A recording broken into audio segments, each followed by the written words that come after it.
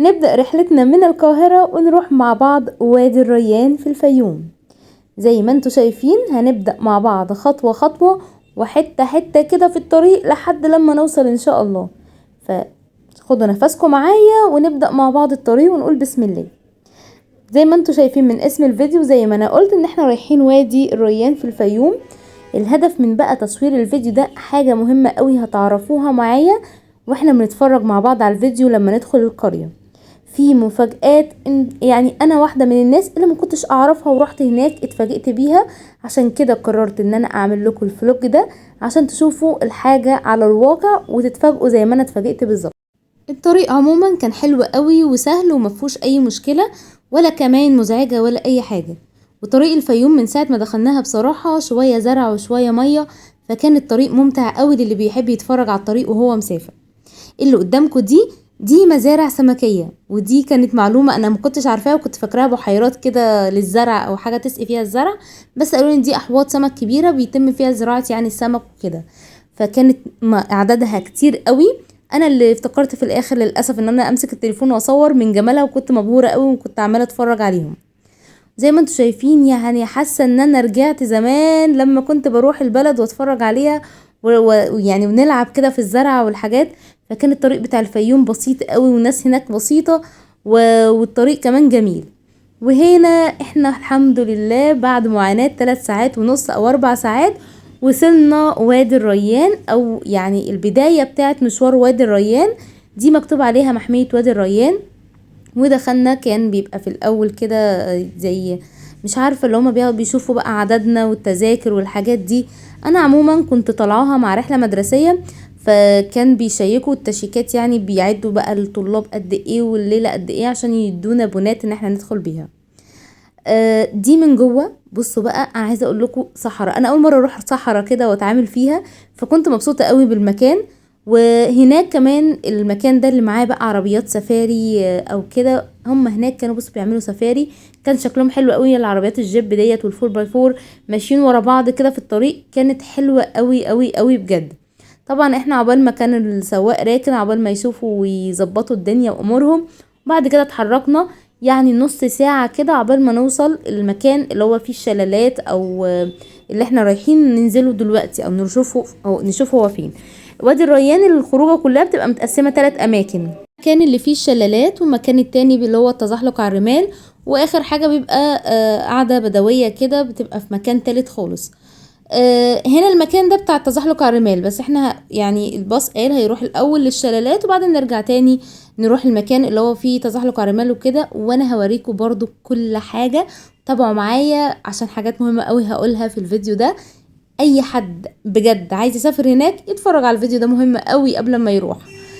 كده احنا الحمد لله وصلنا عند الشلالات، كنا كلنا مبهورين وعايزين ننزل. دي اول الدخلة بتاعة المكان، حلوة قوي وكانت شكلها تحفة. طبعا كل ده في الصحراء. هنا دول الناس بقى بتبيع اللي هو الحاجات الفخارية، حاجات كده العاب، طبلات اسمها ايه دي ولا. بصوا زي ما انتوا شايفين هوريكم كل حاجة اهو بالظبط كده. والحاجات هناك ما كانتش غالية، يعني مثلا السلسلة دي ب10 جنيه، الميداليات ب10 جنيه، اللي هو الشال بتاع الفلسطينيين ده ولا ايه ب30. فكانت الاسعار هنا حلوة، مش غالية ولا مبالغ فيها. وبرضو ده يعني ناس تانيين فرشين كده بيبقوا في الارض وحاجات يعني اللي هو ايه سياحية وبتاع. بس انا الصراحة ما شفتش حد غير المصريين هناك.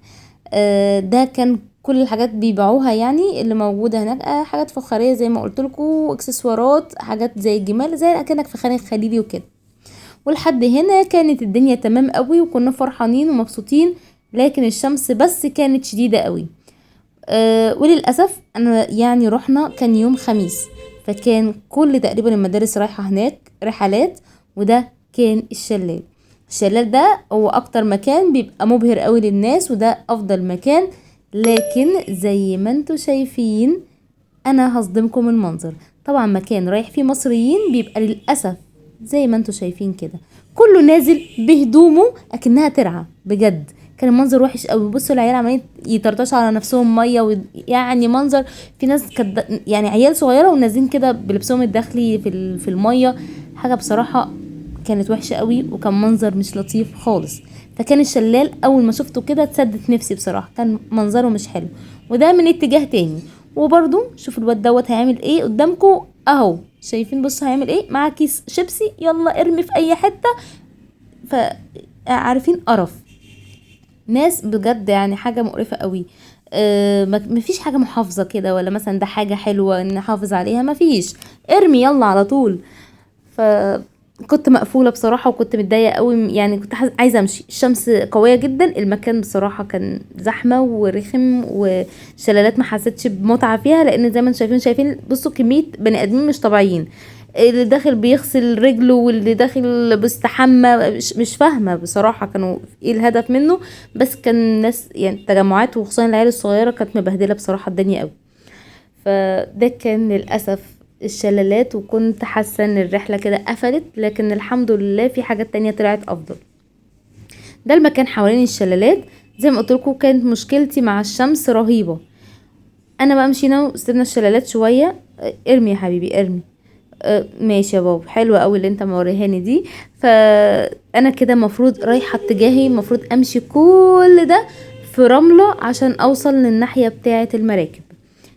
كل ده انت ماشي في رملة، فرجلك بتغرز، عمال بتطلعها بصعوبة رايح للمراكب. فالحمد لله اهو وصلنا اخيرا للمراكب، وحاجة بقى ايه يعني تاخد انتعاش شوية بدل المنظر اللي احنا شفناه من شوية ده. كان المنظر هنا حلو قوي بجد. البط ده ولا مش عارفه هي طيور النورس اساسا يعني. فبس الناس كانت عماله تقول يعني بط اهو بط اهو، لا هو دي طيور النورس. فكانت حوالينا كده تحفه، شكلها حلو قوي. الراجل اللي كان بيسايق المركب ديت عمال يحدف لهم شيبسي، قال اي حد معاه اكل احدفوا لهم، بصوا هتلاقوا المنظر حلو قوي. فحدف لهم شيبسي، وهم بصراحه ايه ما كدبوش خبر، بقوا يطيروا حوالينا، فكان شكلهم حلو جدا. وهنا انا قلت لنفسي يمكن الرحلة تبقى احلى والدنيا تبقى لطيفة، وسيبك بقى من الشلالات مش مهم، المهم المنظر ده كان بصراحة حلو قوي. ونيجي بقى لأحلى مكان احنا رحناه هناك، وكان الانبساط كله بصراحة فيه، اللي هو التزحلق على الرمال. كل واحد بياخد له بتاع اللي بيركب عليها دي ويبدأ يتزحلق. هو يعني زي جبل كده، في يعتبر مستويات، في واحد بيتزحلق بسرعة جدا وكانوا هو اللي هناك، وكانوا بيتشقلبوا بصراحة من عليه. لكن ده كان هادي شوية، يعني ناس زي كده ما بتعرفش اصلا تنزل ولا تتزحلق في حتة، فكنت خايفة فجاية فيها. منظر هناك عايزة اقولكم كان حلو قوي. احنا كنا رحنا في حدود الساعة كانت 4 كده، 4:30، فكان خلاص الغروب قرب، فالشمس هديت يعني الشمس كان شكلها حلو جدا. اسيبكم بقى مع فقرة حور وهي بتنزل من على الرملة، فكانت مستمتعة وكلنا بصراحة كنا مبسوطين قوي. المهم يعني كانت الرحلة لطيفة قوي هنا. وهنا كانت فقرة بقى ايه، اللي هو اللعب بالالوان، اللي هي حرب الالوان دي.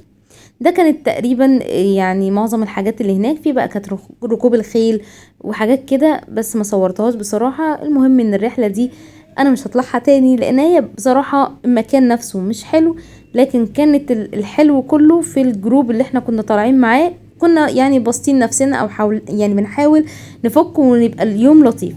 لكن كخروجه هي مش لطيفة ومش حلوة. اللي عايز يروح وادي الريان اعتقد دلوقتي مش هينبسط، لان المكان ما بقاش زي الاول، ولا الصور اللي على النت هي اللي موجودة هناك. لان انا شفت الصور اللي على النت كنت مبهورة جدا، لكن الواقع كان غير كده للأسف.